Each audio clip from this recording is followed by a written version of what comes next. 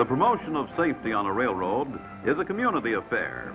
It takes leadership, supervision, and the full cooperation of the employees.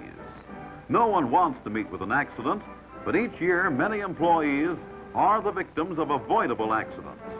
There is a right and a safe way to do your job. There are many wrong and risky ways to do it. Get in the habit of doing everything in the right and safe way. The pictures to be shown were taken at the different terminals along our line of railroad from St. Paul, where you see the Empire Builder just leaving the Union Station, beginning its westward journey to the Pacific Northwest. Train 23 leaving Minneapolis.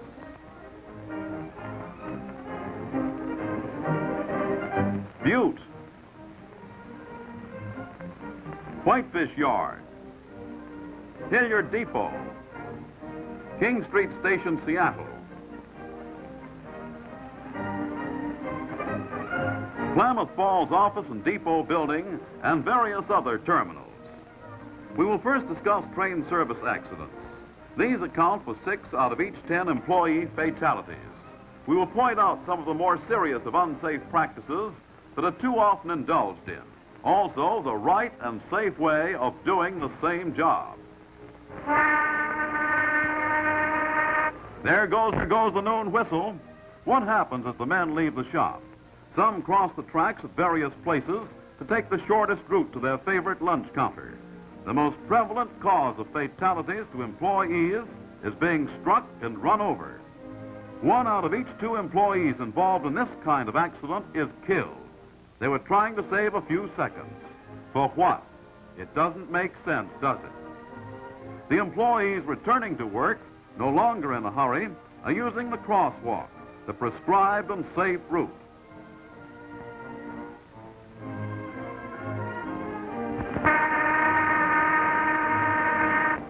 Another bad practice is taking shortcuts when the day's work is done. Here is a group of employees crossing a number of tracks, including 2 mainline passenger tracks and 2 mainline freight tracks. These men and women are risking their lives to save a few seconds.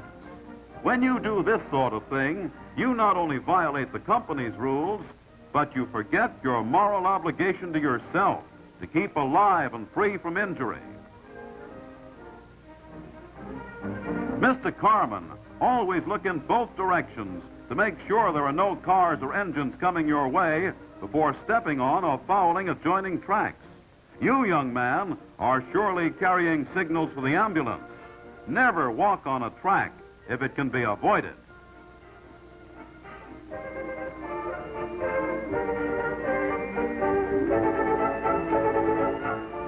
When getting off moving cars, don't foul the adjoining track. If you have to cross tracks and work around moving cars and engines, you'll find the job as safe as you make it, no safer. An X should mark this spot. One of our men was killed here, going around the end of a car, as this man is doing. The rule is that you allow 15 feet when you walk around a car, like this. For your safety, always allow the 15 feet.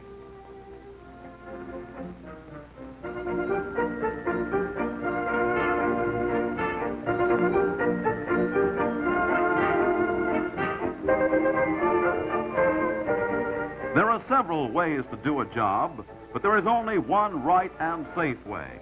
Here, a trainman working with an engineer stops to line over a switch located on the fireman's side. Then he gives the fireman a backup sign and starts to cross the track. It's all wrong and bad practice and dangerous. Watch this man do the same job the right and safe way.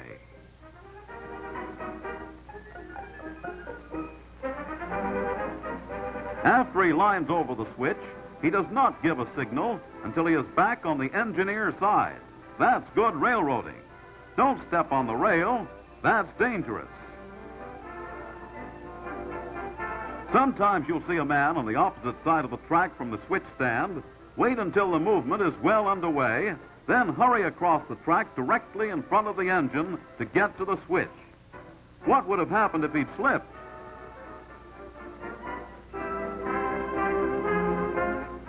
This scene shows the same crew doing the same job successfully and safely, taking no chances. He didn't have to run across because he was on the right side, the safe side.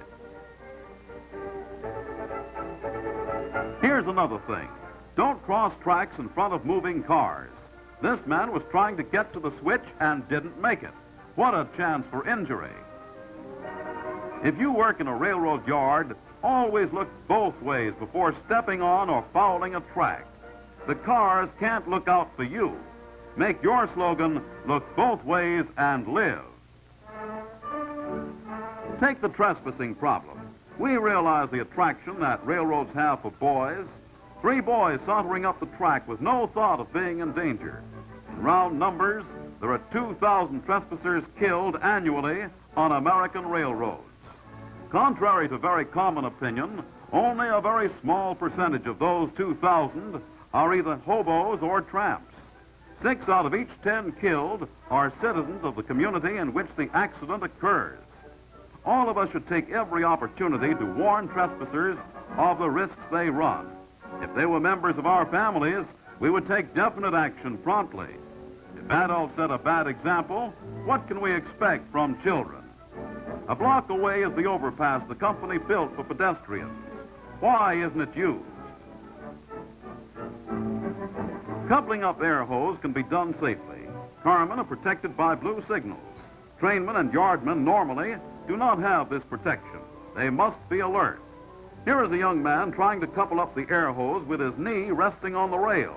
He is not in a position to get away quickly if the cars begin moving. His foreman is telling him always to keep on his toes so that he can move quickly if the unexpected should happen.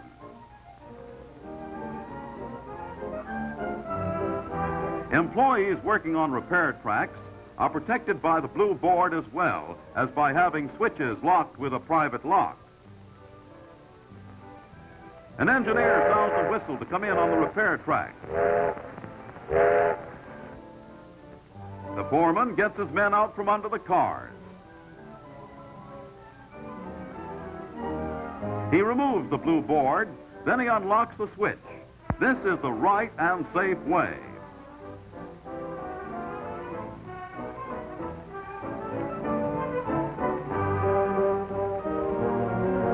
Operating switches carelessly accounts for many injuries. Watch this operation of a ground throw switch. Wow! A painful shock, but it should never have happened. Why not do as this man is doing and prevent such needless foot injuries? Take hold of the ball of the switch lever and keep your feet back sufficiently to clear it.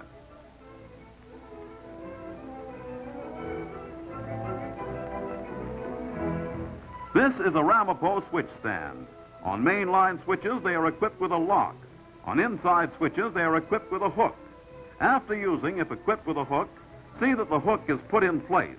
If equipped with a lock, make sure the lock is put back into the staple of the switch and locked. This is important.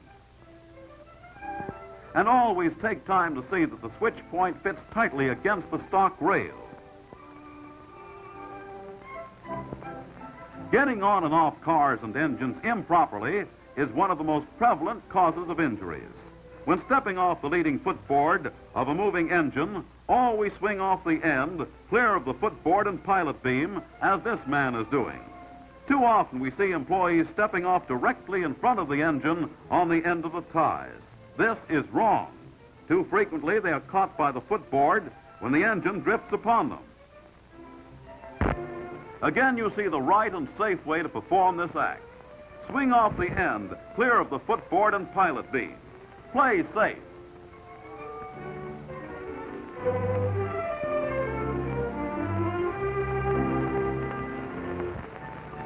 This looks like a setup with the boys engaged in conversation and out of position.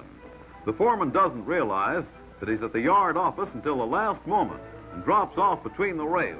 No chance to see what kind of footing. Evidently, it wasn't too good. He must have profited by his experience, for here he is standing at the end of the footboard looking carefully at the ground conditions before alighting. But don't step on the rail, that's bad too. Here's one of our old employees coming down the gangway facing out. Note the unsafe position of his heel on the step. He's also carrying his grip. There are a number of men injured each year doing this sort of thing, coming down from engine cabs the wrong way. Now an officer tells him to come down the steps facing the engine.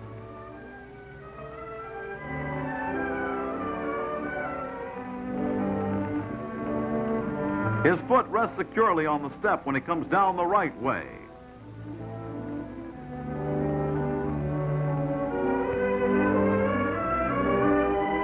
When he gets to the last step, he reaches up, gets his grip, and steps to the ground.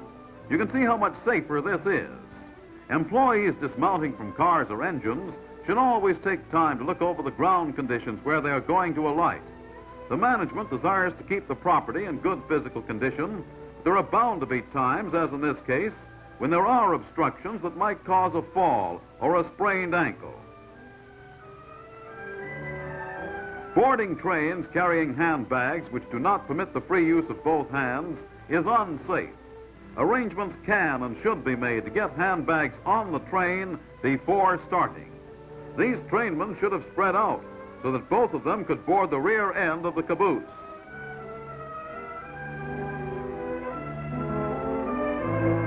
Flat cars and tank cars are not as well designed for boarding or alighting from as house cars. Occasionally, you will see employees getting on these cars when there is no reason to do so. Sitting on the flat car or running board of a tank car might be more comfortable than standing on the sill step. But for your safety, always get on the car that has the best facilities for boarding. Riding on the footboard of engines between engines and cars is forbidden by the rules and is unsafe. But here again we find one of our young employees deliberately taking this risk, no doubt due to the fact that he finds it a little more comfortable to ride standing on the footboard than on the side of a car. If all of our foremen and supervisors would do as this foreman is doing, the practice would soon be discontinued and our safety record improved.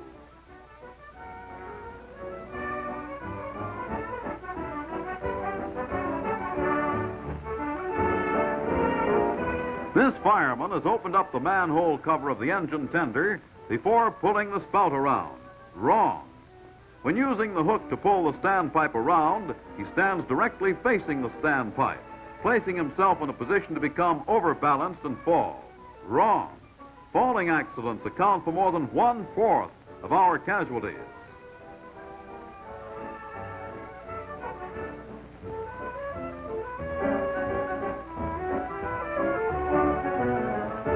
When he has finished taking water, he pushes the standpipe back into place before closing the manhole cover. Wrong.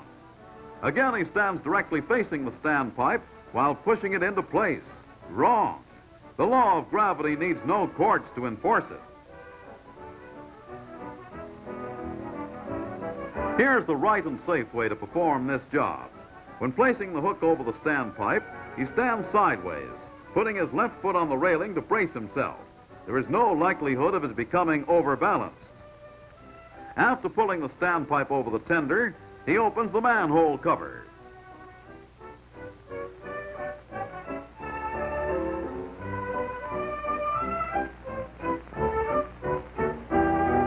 When finished taking water, he first closes the manhole cover. Then he puts the standpipe back into place. Note how he stands with his foot on the railing while he completes the job.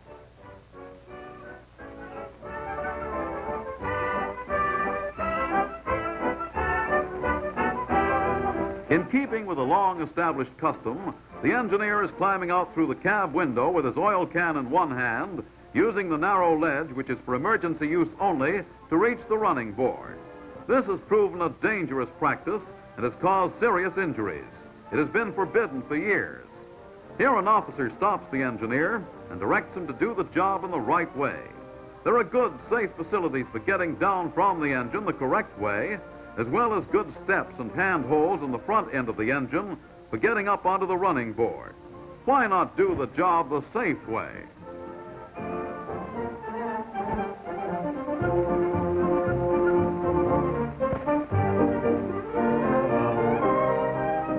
riding on top of cars, stand back far enough from the end of the car so that if they are stopped suddenly, you will not be jerked off the end. This man is getting up too close for safety. His foreman stops the movement and tells him why it is dangerous to ride so close to the end of the car. He instructs him to stand well back and toward the middle of the car. Occasionally, the pin puller fails to get the pin, as happened here.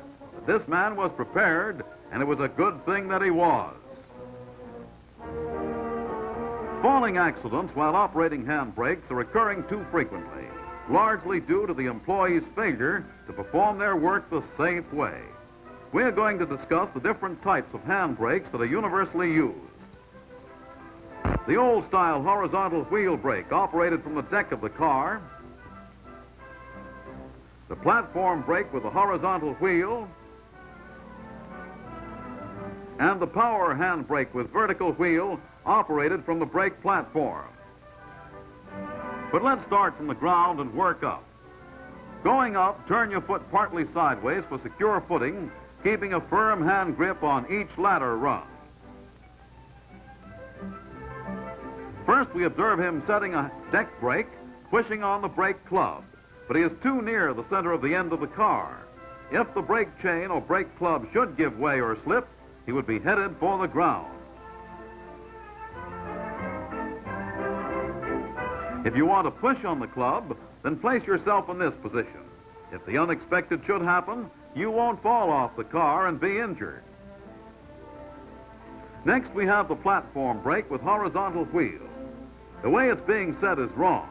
First, there is the chance the man may be caught between the ends of running boards when he couples onto the next cut of cars.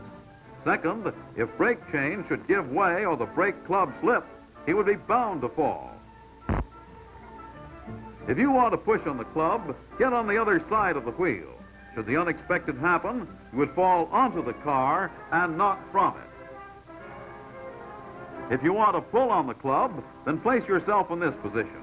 Right foot on the brake step, left foot on the ladder rung, and a firm grip on the top grab iron with left hand. We come now to the power handbrake with vertical wheel. This is the most efficient and safe handbrake to operate and is now in general use. This man is in the wrong position. He has both feet on the brake step and is using both hands on the brake wheel.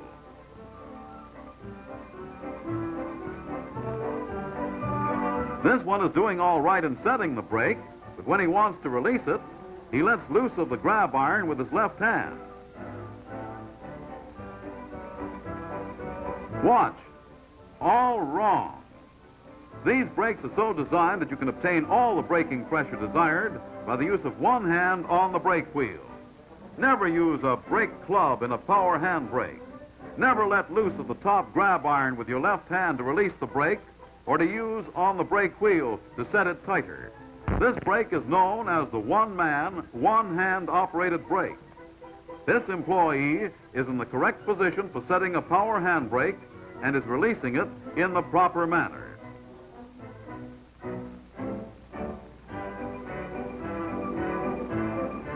Here are your safety factors. Your right foot firmly set on the brake step, your left foot securely placed in the ladder rung, and a firm grip on the top grab iron of the car with your left hand. We have illustrated all falling accidents with fair weather scenes. As the most northerly railroad in the United States, we have our full share of sleet, snow, and icy conditions, which increase the hazard of getting on and off cars and engines and the chance of slipping and falling. Heavier clothing retards freedom of action. Care should be used to wear the safest type of clothing for the work to be done. Be especially careful of your footwear to avoid unnecessary slipping. Remember, when you have your cap pulled down over your ears and your coat collar turned up, your ability to hear is restricted, making it necessary to do a better job of looking. Your eyes are your best protection. Remember, too, metal cars under these conditions are slippery. Here a hostler is getting off an engine which just came in from Winnipeg. Sub-zero weather. There is bound to be snow and ice on steps and elsewhere under such weather conditions, which requires that greater care be used. This hostler, however, was able to get down from the cab and get back again without mishap.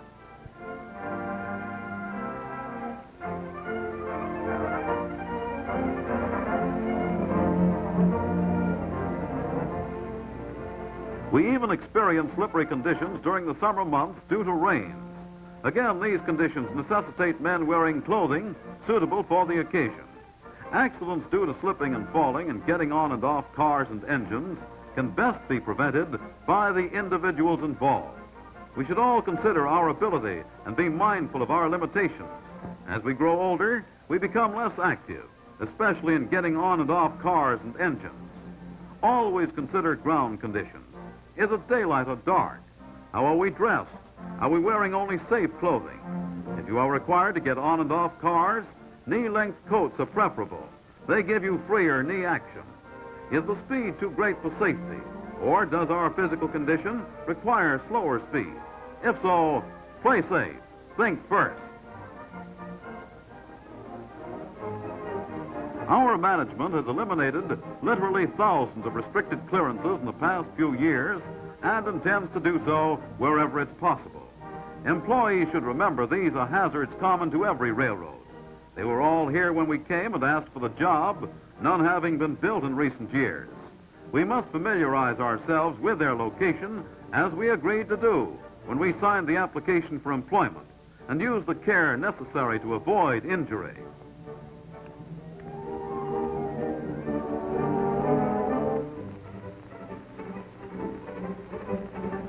Here is the restricted clearance that employees create themselves. There is no worse trap one employee can set for another than to leave cars just barely in the clear. Always shove cars in on a track a sufficient distance to provide full clearance. The man riding the head end of this cut wasn't looking in the direction the cars were moving. He would certainly have been caught had the foreman not observed the condition and stopped the movement. This alert foreman saved the man from injury.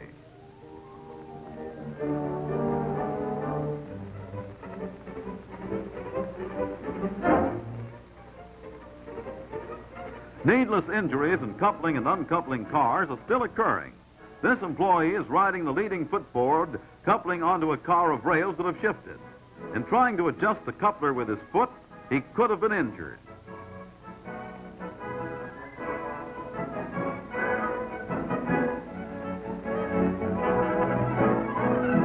To do this job safely and in accordance with the rules, get off the footboard before the coupling is made.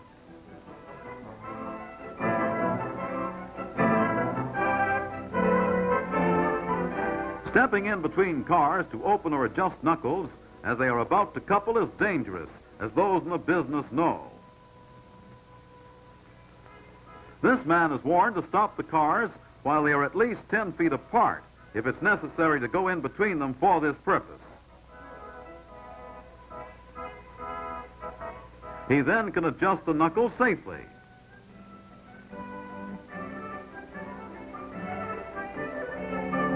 Why take chances?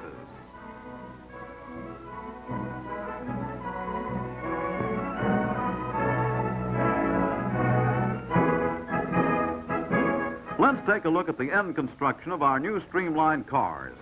You will note that the diaphragm is as wide as the cars.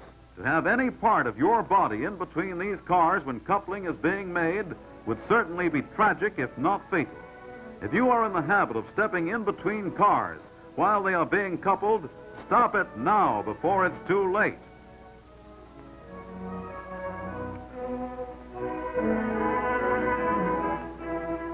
Employees pulling pins are occasionally seen stepping in between cars, as this man is doing, in an attempt to uncouple them. He is being told by his foreman that such practice is forbidden and dangerous.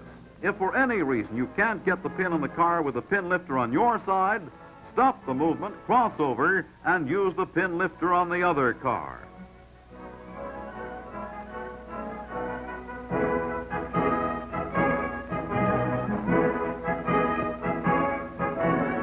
Here a pin puller is trying to get the knuckle open before making the next cut. Can you think of anything more dangerous than backing up in front of a moving car? If you slip or trip, you haven't a gambler's chance. To open the knuckle, wait until the car is stopped, then open it. The accidents discussed have been train service accidents. Now let's talk about train accidents. Only 6% of all train accidents involve personal injuries, but there's always the chance of a serious accident in which large numbers of people are killed and injured. Any train accident may be serious. Let's try to prevent all of them. 62% of all the reportable collisions are yard switching accidents from causes such as shoving track blind, not knowing how many cars are on the track, and not having an employee stationed to observe and control the movement, cornering cars while switching on ladder tracks, failure to properly secure cars with hand brakes, especially in yards where there is a slight grade. The last results in more damage than any other cause.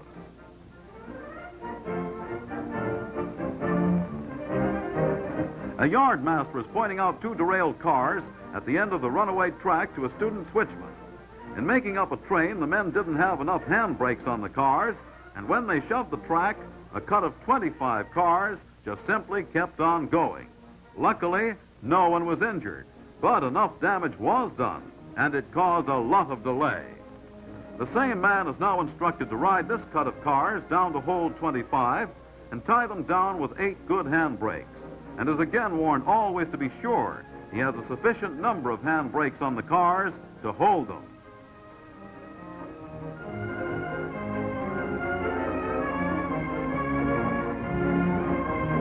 Rule 99 reads in part, when a train stops under circumstances in which it may be overtaken by another train, the flagman must go back immediately with the flagman signals.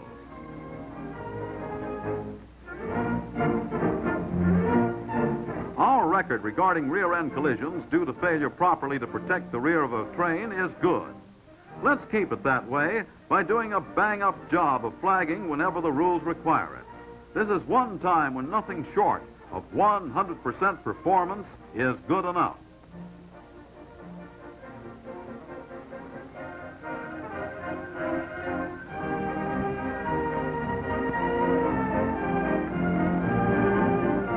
The Empire Builder is coming into town. The car repairer is right on the job with a blue flag, and here's what we particularly wanted to direct your attention to. The conductor delivers the train orders to the engineer, who reads them to the conductor.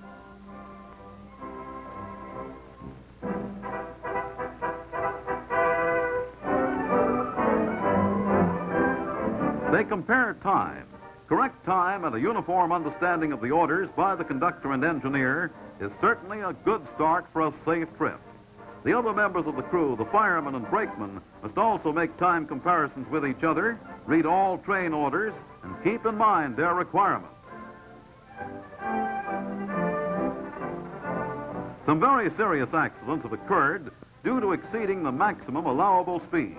The most serious of these accidents have resulted from exceeding the permissible speed on curves.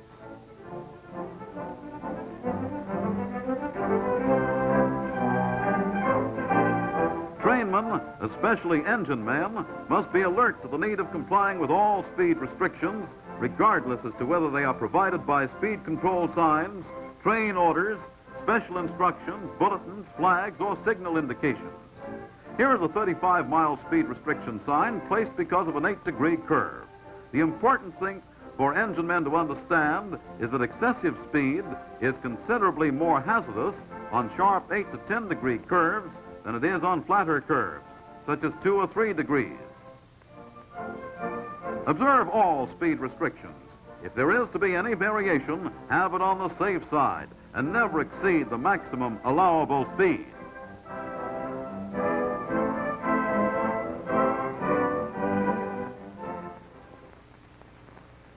This reflectorized sign is our standard approach yard limit sign. It's located 1 mile in advance of the yard limit board to give the engine man warning that he is approaching yard limits and an opportunity to slow down his train if need be to meet the requirements of Rule 93. This is our standard reflectorized yard limit sign. Rule 93 is common to all railroads. In spite of it, collisions occur in yard limits on all railroads, our own railroad included. Why? Because instead of running at restricted speed, as this train is doing, too much speed for the time and place is used. Excessive speed is getting us into a lot of trouble that we can and must avoid. Let's give this problem serious thought.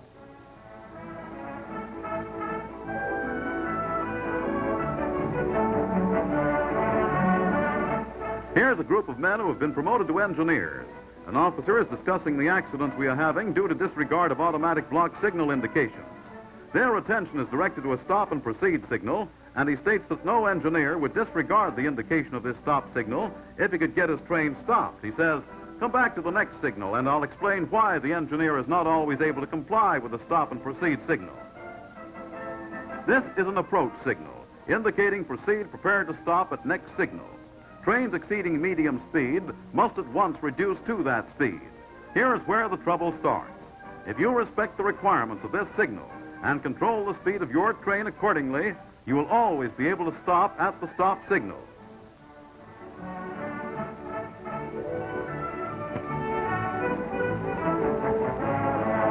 A train passes an approach signal. The engineer apparently has his train slowed down and is preparing to stop at the next signal if it should indicate stop. This approach signal is nearly 1 mile inside of yard limits.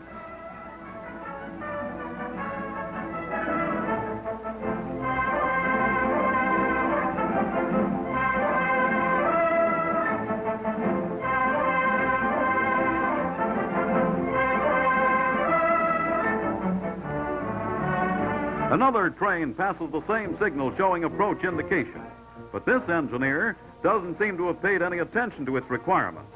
He's hiking right along. Hope he's able to stop at the next signal if it should indicate stop.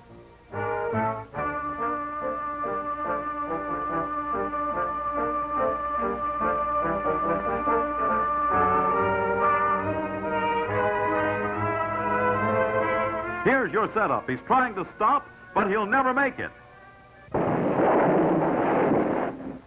All because he didn't comply with the requirements of the approach signal. In conclusion, there is nothing that could be of more help in the prevention of accidents than for us as individuals to realize the value of self-education and to analyze our own regular procedure.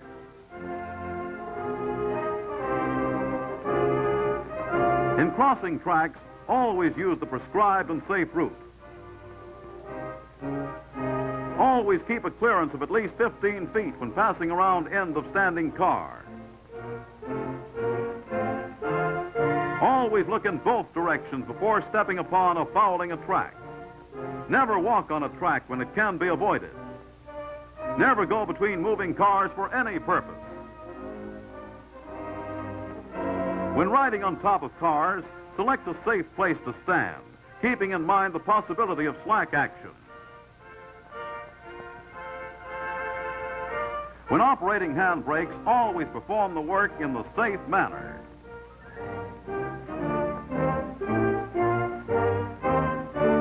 When getting on and off cars, remember always to select the cars with the best facilities for boarding.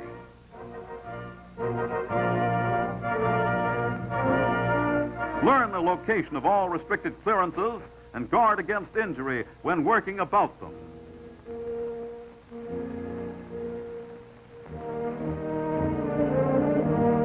Keep in mind all speed restrictions and control the speed of your train accordingly.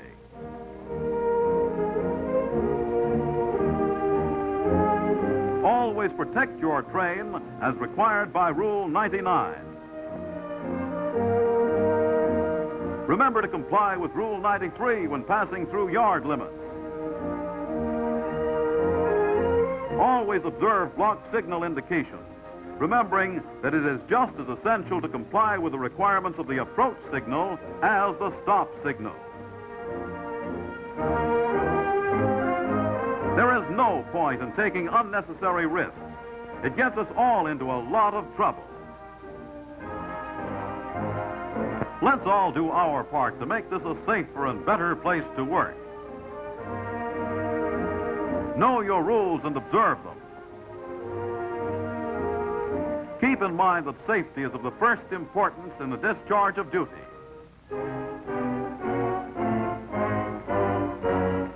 Why Why risk your life?